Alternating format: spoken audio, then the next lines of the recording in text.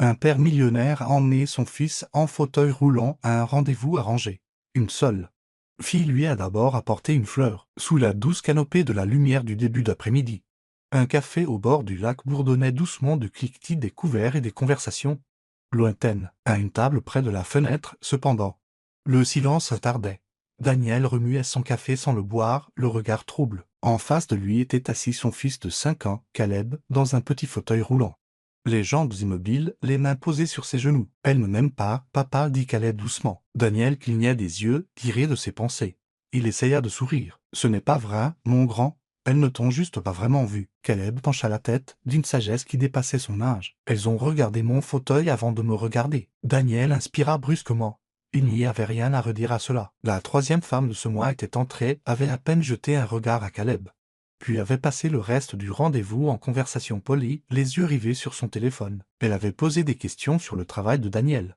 Elle n'avait jamais demandé à Caleb sa couleur préférée ou ce qui le faisait rire. Daniel ne la blâmait pas entièrement.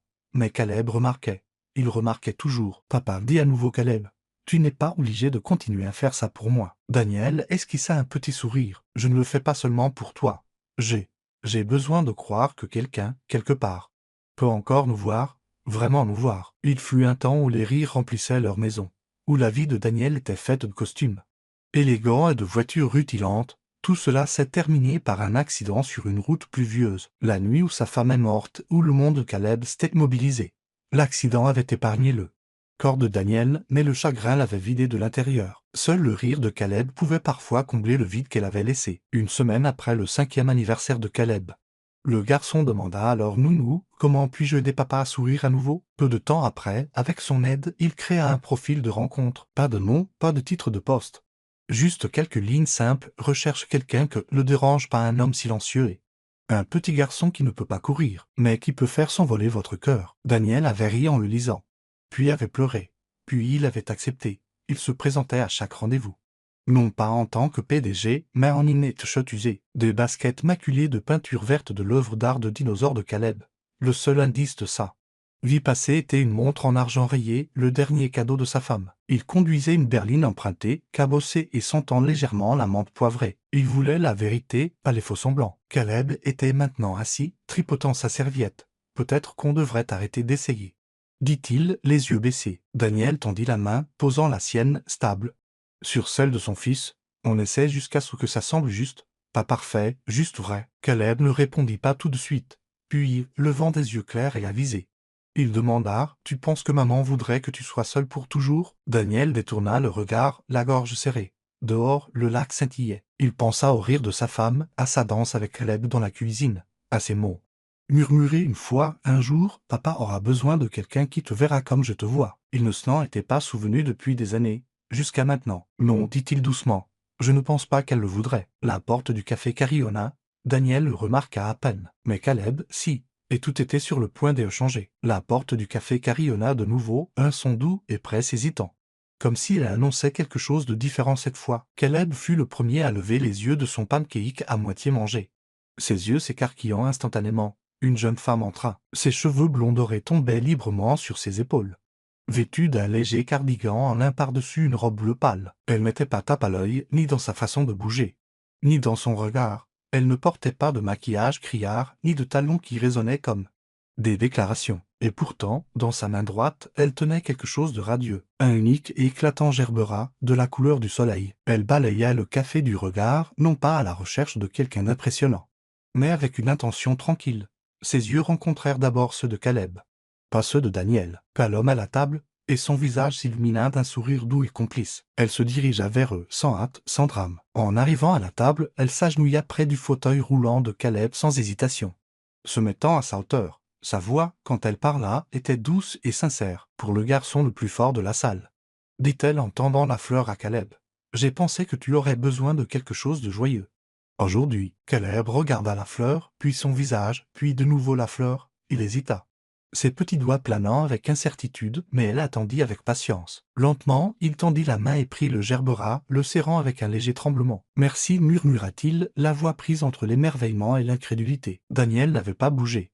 Il était toujours assis au fond de sa chaise, observant avec une surprise silencieuse. Ce n'était pas ainsi que la plupart des rencontres commençait. Les femmes le saluaient généralement d'abord, l'évaluaient, puis se tournaient vers Caleb avec une gêne polie ou une gentillesse calculée. Elles remarquaient le fauteuil roulant, hésitaient ou surcompensaient. Mais cette femme, cette Maya, ne l'avait même pas encore regardé. Ce n'est qu'après avoir posé la fleur sur les genoux de Caleb qu'elle se releva et se tourna vers Daniel avec un petit sourire. « Bonjour, je suis Maya.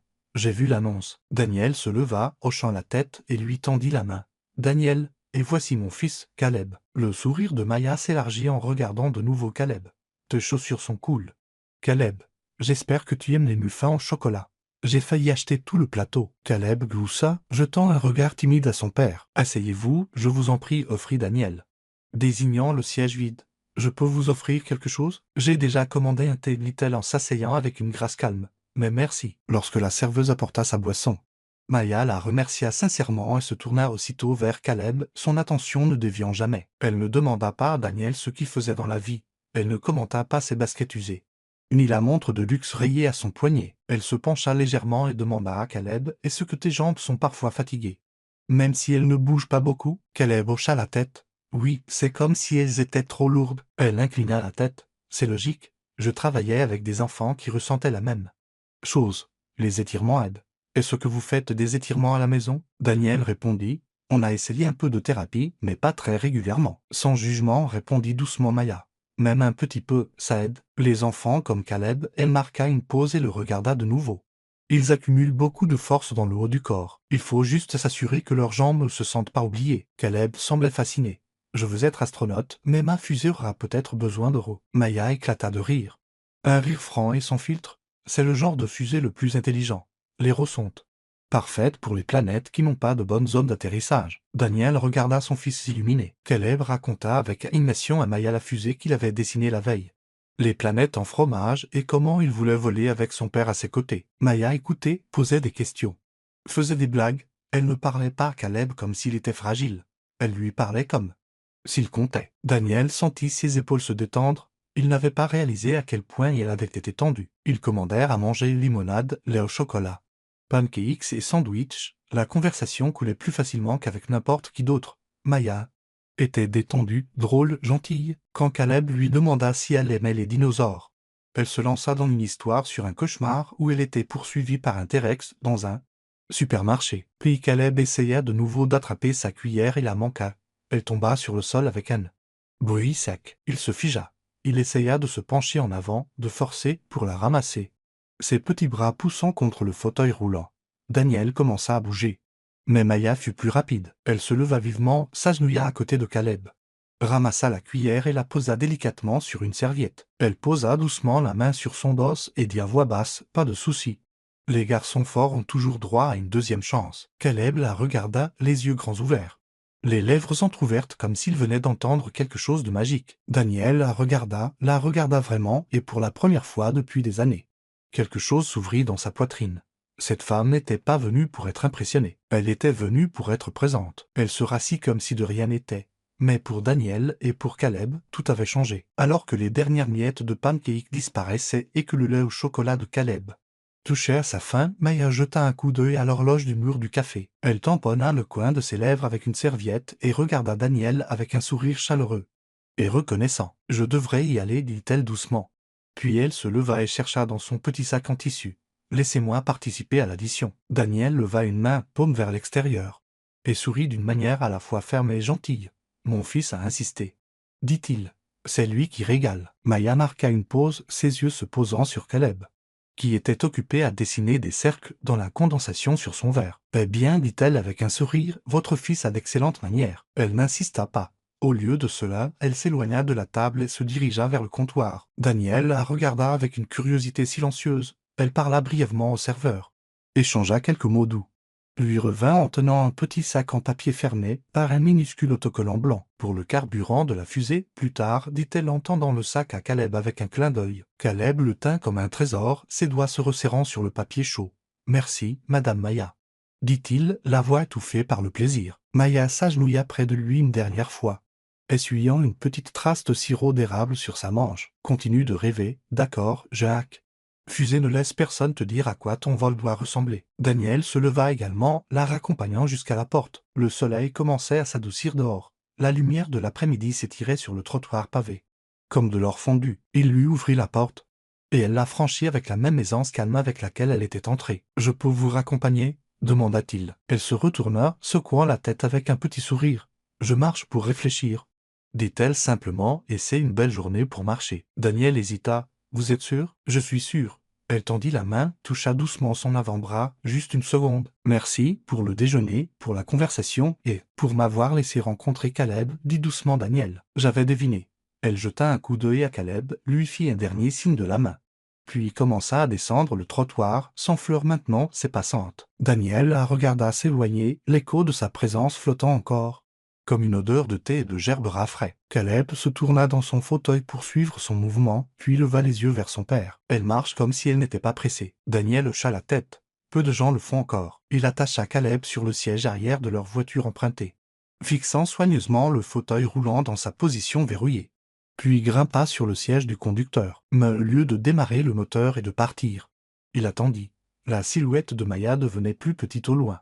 Encadrée par le soleil de fin d'après-midi, elle tourna à un coin de rue. Daniel démarra le moteur, passa une vitesse et la suivit, lentement, à une distance respectueuse. Pas pour la traquer, ni même la surveiller, juste pour s'assurer. Elle passa devant une épicerie, salua quelqu'un qu'elle connaissait au stand de fleurs, puis tourna dans une rue latérale bordée de petits immeubles d'appartements. Daniel la regarda s'arrêter devant un portail étroit aux charnières rouillées.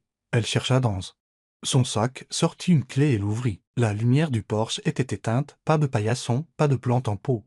Juste une porte métallique mince et une boîte aux lettres, numéros écaillés. Elle jeta un regard derrière elle. Avait-elle senti la voiture, mais ne s'arrêta pas. Elle entra, la porte se refermant derrière elle avec un déclic. Daniel resta assis un moment, le moteur au ralenti, les yeux fixés sur le bâtiment maintenant silencieux. Caleb rompit le silence. « On rentre à la maison ?» Daniel hocha lentement la tête. « Oui, on y va. » Il fit demi-tour et retourna sur la route, mais son esprit était resté derrière, dans la rue tranquille, dans la façon dont elle avait souri à Caleb comme s'il était le centre du monde, dans la façon dont elle ne lui avait rien demandé, avait seulement écouté, s'était seulement soucié. Et il se demanda, non pas pour la première fois, comment quelqu'un d'aussi ordinaire pouvait laisser derrière lui un silence qui semblait si extraordinaire. Maya poussa la porte de son petit appartement et entra, la laissant se refermer doucement derrière elle. Le verrou cliqua dans le silence. Aucune lumière n'était allumée, juste la faible lueur d'un lampadaire extérieur, projetant des rayures douces sur le tapis usé et le vieux canapé qu'elle avait acheté lors d'une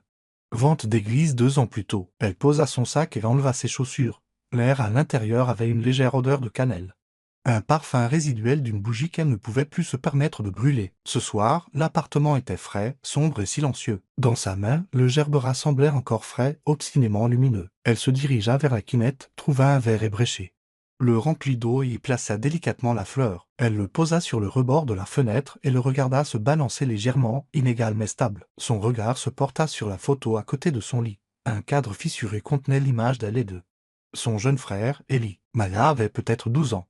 Les bras enroulés autour du petit garçon en fauteuil roulant. Tous deux souriaient à quelque chose. Hors du cadre, Ellie était née avec une infirmité motrice cérébrale sévère. Il n'a jamais beaucoup marché ni parlé, mais son rire remplissait chaque pièce. Quand leur mère est morte d'une crise cardiaque, Maya avait 11 ans. Aucun parent n'était intervenu. Seulement une assistante sociale avec des papiers et des listes de foyers. Maya avait refusé de lâcher le fauteuil roulant d'Ellie. Ils sont restés ensemble à travers les familles d'accueil, les bons d'alimentation, les longues nuits et les hivers froids. Elle a appris à le soulever, à mélanger ses médicaments et à le faire rire, même quand elle était brisée à l'intérieur. Ellie est mort à 10 ans pendant une mauvaise saison de grippe. Maya est restée à ses côtés, à l'hôpital pendant 3 jours, fredonnant des berceuses, lui tenant la main. Après son départ, le silence qui a suivi l'a changé pour toujours. Elle ne se voyait pas travailler dans un bureau. Elle voulait être avec les enfants, offrir ce qu'elle avait essayé de donner à Ellie, du réconfort, de la joie et le sentiment qu'il comptait. Elle est donc devenue enseignante en maternelle. Le salaire était modeste, mais chaque petit sourire, chaque premier pas courageux valait plus que n'importe quel chèque. Maya s'assit sur le bord de son lit, ramenant ses genoux contre sa poitrine. Le silence l'enveloppa comme un manteau familier. Mais ce soir, il semblait différent. Elle pensa à Caleb, à sa petite main grippant le gerbera, à la façon dont il parlait des fusées. Il y avait une étincelle dans ses yeux, douce mais vivante. Et Daniel, la façon dont il regardait son fils et la façon dont il l'avait regardé. Elle, comme si quelque chose en lui venait de recommencer à respirer. Elle laissa échapper une lente respiration, Elle n'était pas allée à ce café pour un rendez-vous galant. L'annonce disait simplement un père célibataire cherchant quelqu'un qui parlait pas de photos, pas de promesses tape à l'œil. Juste des mots qui ressemblaient à sa propre solitude. Elle s'attendait à une tasse de thé tranquille. Peut-être à une conversation difficile. Elle ne s'attendait pas au rire, ni à la chaleur, ni à un garçon qui lui rappelait Ellie. Mais avec des yeux pleins de rêve au lieu de douleur, Maya jeta un nouveau coup d'œil au gerbera. Certains silences, pensa-t-elle, sont faits pour être rompus, pas par le bruit, mais par la douceur, par les deuxièmes chances, par les fusées à eux. Le message arriva plus tard dans la soirée. Daniel vérifia son téléphone en aidant Caleb à se coucher. Daniel, Caleb a adoré le gâteau. Il m'a fait promettre de garder le glaçage pour le carburant de la fusée. Maya était assise sur son canapé, les jambes repliées sous elle, et sourit au souvenir de leur après-midi. Elle tapa lentement, choisissant chaque mot avec soin. Maya, des étirements doux pour les jambes? Si ça l'intéresse. Je peux vous montrer quelques étirements que j'utilise avec mes élèves. Ils aident à la circulation et au confort. Il répondit en quelques instants. Daniel, nous apprécierions vraiment. Caleb n'arrête pas de demander est-ce qu'elle va revenir? Seriez-vous d'accord pour passer cette semaine? Maya marqua une pause. Ses mots semblaient ouverts, honnêtes, sans attente, juste une invitation. Elle tapa sa réponse. Maya, j'adorerais. 2 jours plus tard, un petit sac en toile se balançait à son bras alors qu'elle montait sur le porche de Daniel. À l'intérieur se trouvaient des marques de gentillesse, une fusée jouet fabriquée à partir de carton de lait recyclé, une boîte de biscuits en forme d'étoile qu'elle avait cuit la veille, et un livre pour enfants sur des astronautes en fauteuil roulant. En ouvrant la porte, elle découvrit une maison modeste et habitée. Elle ne criait pas la richesse, juste la chaleur. Caleb apparut dans son fauteuil roulant, tenant le gerbera légèrement flétri qu'elle lui avait donné. Madame Maya, je vous ai gardé un biscuit, annonça-t-il en tendant la boîte. Daniel apparut de derrière le canapé, en ligne et t-shirt bleu marine, pieds nus et souriant. Il s'accroupit au niveau de Caleb. On a compté les heures. Maya rit et s'agenouilla au niveau de Caleb. Heureusement que j'ai apporté des renforts. Au cas où les premiers n'auraient pas survécu au trajet, ils se déplacèrent dans un salon confortable, parsemé de livres et de jouets. Maya sortit la fusée en carton et montra à Caleb comment les ailes se pliaient. Il s'émerveilla, les yeux écarquillés. Daniel observait tranquillement sur le côté, les bras nonchalamment croisés. Son expression plus douce qu'auparavant. Une fois Caleb occupé, Maya changea de sujet. On essaie quelques étirements, demanda-t-elle à Daniel. Elle le guida à travers des rotations de chevilles, de douces flexions de genoux et lui montra même une astuce avec une compresse chaude. Des choses qu'elle avait utilisées avec ses élèves. Daniel suivait attentivement, téléphone en main pour noter les étapes. Vous avez une belle maison, dit doucement Maya, après un étirement particulièrement relaxant. Il hocha la tête. Elle est plus silencieuse qu'avant. Ses yeux s'adoucirent. Elle désigna les photos encadrées sur l'étagère. On peut sentir l'amour. Plus tard, ils apportèrent des collations dans la cuisine. Elle attrapa un bol et remarqua un article encadré fixé au réfrigérateur avec un aimant. Daniel Carter, PDG de Rippoint Holdings, nommé Philanjoub de l'année. Maya marqua une pause, surprise. Vous ne me l'aviez pas dit. Daniel regarda au-delà d'elle. Imperturbable, je ne le cache pas. J'essaie juste de rester discret. Son expression s'adoucit. Je ne suis pas en colère, vraiment. De toute façon.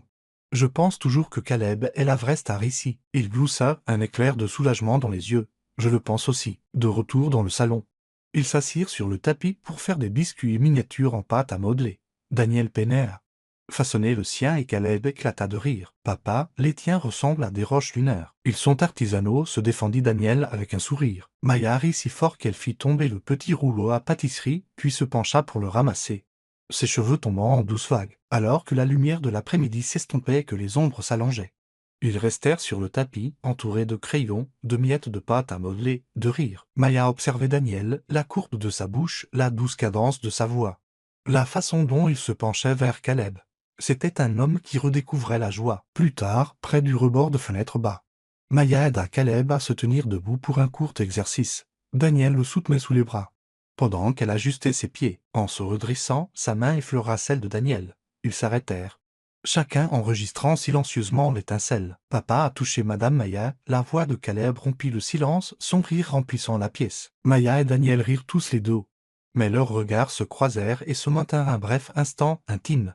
Une reconnaissance tacite d'une proximité grandissante. Alors que la soirée touchait à sa fin, Maya rassembla ses affaires et Caleb la regarda. Tu reviendras? Elle s'agenouilla à son niveau, posant une main douce sur son bras. Seulement s'il y a plus de carburant pour fuser. Son sourire était radieux. On en fera en plus. Daniel ouvrit la porte sur une soirée crépusculaire. Merci, dit-il doucement. Pourquoi, demanda-t-elle, c'est pas s'arrêtant. D'être exactement qui vous êtes. Maya le regarda, puis Caleb, et fit un signe de la main.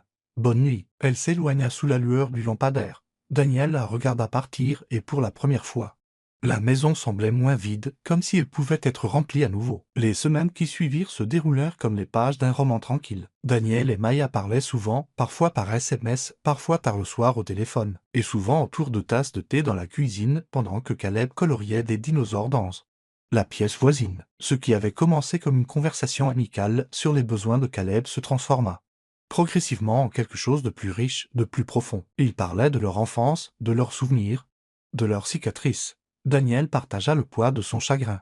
Le son du rire de sa femme résonnant dans leur maison désormais silencieuse. La façon dont il la cherchait parfois dans son sommeil pour se souvenir qu'elle était partie. Maya écoutait avec la patience de quelqu'un qui avait connu sa propre perte. Elle n'offrait pas de platitude. Au lieu de cela, elle partagea sa propre histoire. Son rêve de devenir écrivain quand elle était plus jeune. Un rêve enseveli sous les factures médicales et les frais funéraires. J'écrivais des histoires pour endormir Yi, dit-elle une fois, toute sur un chevalier en fauteuil roulant qui pouvait dompter les dragons. Daniel sourit. Je pense que Caleb adorerait ça. Certains après-midi, ils s'aventuraient tous les trois dans le parc voisin. Maya préparait des sandwichs et dessinait des marelles à la craie sur le trottoir. Caleb, bien qu'incapable de sauter, utilisait un long bâton pour guider ses roues sur les couleurs. Riant tout le temps, Daniel regardait Maya courir à ses côtés, l'encourageant plus fort que quiconque. D'autres jours, il restait à l'intérieur, construisant des tours avec des boîtes de céréales ou peignant des paysages sur de vieux cartons. Maya apprit à Caleb à dessiner ses rêves. Si tu peux l'imaginer, disait-elle. Tu es déjà à mi-chemin. Caleb dessina une fois un vaisseau spatial en forme de tournesol et l'appela la fusée de l'espoir. Daniel commença à remarquer les choses. Comment Maya prenait toujours son thé avec juste un nuage de lait, comment elle chantonnait doucement en se concentrant, comment elle parlait à Caleb non pas comme une enseignante ou une aide-soignante, mais comme quelqu'un qui croyait en son intégrité, pas en ses limites. Il remarqua aussi le battement grandissant dans sa propre poitrine chaque fois qu'elle riait ou que sa main effleurait la sienne en se passant des crayons sur la table. Mais il ne dit rien. Maya, elle aussi, sentit le changement, la façon dont Daniel la regardait. Non pas avec désir ou solitude, mais avec gratitude. La sécurité qu'elle ressentait près de lui l'effrayait, tout comme l'envie irrépressible de rester. Pourtant, aucun d'eux n'osait prononcer les mots suspendus entre eux. Un après-midi, une forte pluie les surprit lors d'une activité dans le jardin. Ils aidaient Caleb avec des exercices pour le haut du corps, l'acclamant alors qu'il manœuvrait entre de petits piquets de jardin. Le ciel s'assombrit rapidement, le tonnerre grondant comme une bête lointaine. L'orage arrive, cria Maya en riant alors que les premières gouttes tombaient. Caleb poussa un cri de joie. Lancement de la fusée de pluie. Mais la pluie devint plus forte, trempant leurs vêtements en quelques secondes. Maya se précipita vers le porche, protégeant Caleb avec son corps tandis que Daniel se rua à l'intérieur pour chercher un parapluie. Il revint, l'ouvrit et le tint au-dessus d'elle alors qu'ils se blottissaient l'un contre l'autre, protégeant Caleb entre eux. Leurs visages étaient à quelques centimètres l'un de l'autre. La pluie coulait des cheveux de Maya. La chemise de Daniel collait à son corps, leurs regards se croisèrent. Pas de mots, pas de précipitation. Juste le tonnerre silencieux de la compréhension. Maya déglutit difficilement la tension électrique entre eux. Un éclair illumina le ciel, suivi d'un faible grondement de tonnerre. Derrière la porte vitrée, Caleb pressa son nez contre la vitre, les observant avec de grands yeux. Puis, lentement, il sourit, un petit sourire entendu. Il ne dit pas un mot, mais son expression disait tout. Plus tard, ce soir-là, après un chocolat chaud et des vêtements secs, Maya s'attarda à la porte. Daniel la tenait ouverte, la lumière du porche jetant une lueur chaude sur son visage. « Je devrais y aller, dit-elle. »« Tu n'es pas obligé, répondit-il, puis ajoutait immédiatement, « Je veux dire, si tu veux rester pour une autre histoire. Caleb adorerait ça. » Elle sourit doucement. « Peut-être la prochaine fois. » Leurs mains se touchèrent à nouveau, juste une seconde. Assez longtemps pour que son cœur se serre de la meilleure des manières. À l'intérieur, Caleb regarda une fois de plus la fenêtre et murmura pour lui-même, « Ils y sont presque. » Il avait raison. Ils y étaient. Le reportage photo était partout le lendemain matin. Un millionnaire puissant fréquente une enseignante avec un enfant handicapé. Conte de fées ou façade, criaient les gros titres, étalés sur la couverture d'un magazine à potins. En dessous, une photo granuleuse de Daniel, Maya et Caleb au parc. Le fauteuil roulant du garçon visible. Maya accroupie à côté de lui. Daniel debout juste derrière. D'autres titres suivirent. Blog, forum, section de commentaires inondés de spéculations. de jugement, de cruauté. Qui est-elle? Pourquoi elle doit en vouloir à son argent? Ce pauvre gamin n'a pas besoin de plus d'attention médiatique. Il est riche. Il aurait dû trouver quelqu'un de son rang. Le téléphone de Maya vibrait sans cesse. Des messages d'anciens collègues, de voisins. Certains gentils, la plupart non. Au début, elle les ignora. Mais ensuite les mails arrivèrent à la maternelle, puis les journalistes s'attardèrent devant son immeuble. Elle regardait derrière ses rideaux les appareils photo crépités chaque fois qu'elle partait au travail. Elle lisait des commentaires la qualifiant d'arriviste, de fausse, de distraction, et pire que tout.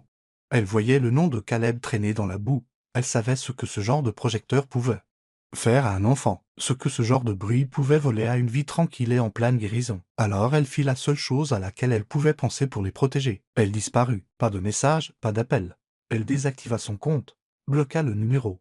Et Daniel, confus et frustré, regardait chaque message qu'il envoyait devenir bleu, mais restait sans réponse. Caleb devint silencieux. L'étincelle dans ses yeux s'estompa. Il se déplaçait plus lentement dans la maison.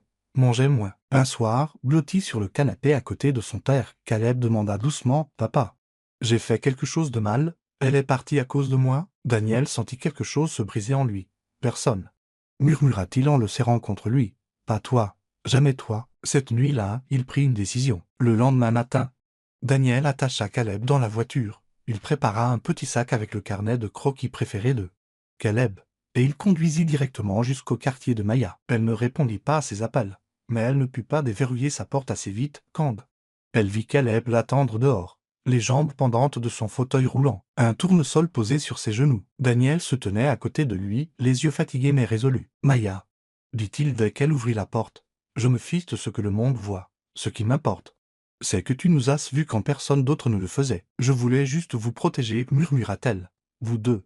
Je pensais que peut-être, si je partais discrètement, le bruit s'apaiserait. Mais ça n'a pas été le cas, dit Daniel, la voix brisée. Il n'a fait que devenir plus fort sans toi. Caleb la regarda, silencieux, en lui tendant la fleur. Tu n'as rien fait de mal, lui dit Maya en tombant à genoux. Tu es tout ce qu'il y a de bien. Elle prit sa main, petite, chaude et confiante. Les larmes coulèrent enfin. Je ne suis pas partie parce que j'avais cessé de m'en soucier, dit-elle. Je suis partie parce que je m'en souciais trop. J'avais peur pour que mon amour soit trop petit pour vous protéger du monde. Caleb tendit la main et toucha sa joue. Tu me mens. Elle le serra dans ses bras et y fondit contre elle. Daniel se tenait au-dessus d'eux, le cœur plein et douloureux. Puis il s'agenouilla aussi. Laissez parler, dit-il en se tournant vers Maya. Laissez écrire.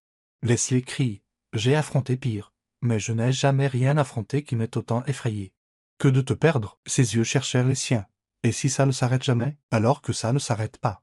Mais nous y ferons face ensemble. Maya baissa les yeux sur Caleb, qui regardait maintenant entre deux, les yeux grands ouverts d'espoir. Elle les enlaça tous les deux, et pour la première fois depuis des semaines, le silence redevint sécurisant. Pas le silence de la peur, mais le silence de quelque chose d'entier, de réel. Daniel n'engagea pas d'avocat. Il n'organisa pas de conférence de presse. Il ne cria pas en retour au monde. Au lieu de cela, un dimanche matin tranquille, il ouvrit son téléphone et publia une photo sur son compte de réseau social longtemps dormant. C'était une photo spontanée, rien de mise en scène, juste Caleb dans son fauteuil roulant, riant avec un biscuit à la main et Maya à côté de lui, la tête renversée en arrière de rire, une main posée doucement sur l'épaule du garçon.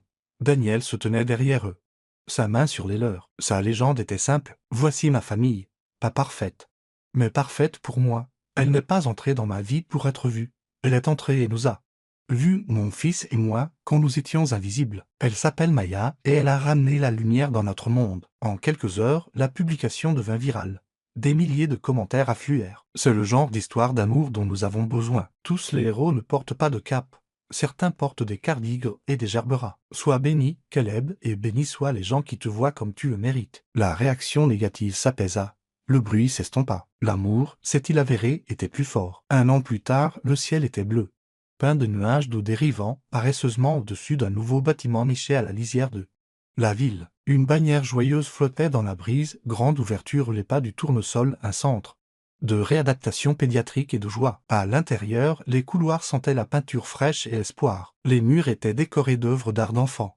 Chaque pièce portant le nom d'une fleur, une salle de thérapie appelée Rêve de Marguerite, une salle de musique appelée Gyms de Fusée. Maya se tenait près du podium dans une robe jaune pâle, ses cheveux doucement bouclés. À côté d'elle, Daniel ajustait le microphone. La foule, médecins, parents, enfants, Bénévole se tut alors que Caleb s'avançait en roulant jusqu'à l'avant, une orthèse à chaque jambe. Avec une douce guidance, il se leva, vacilla une fois.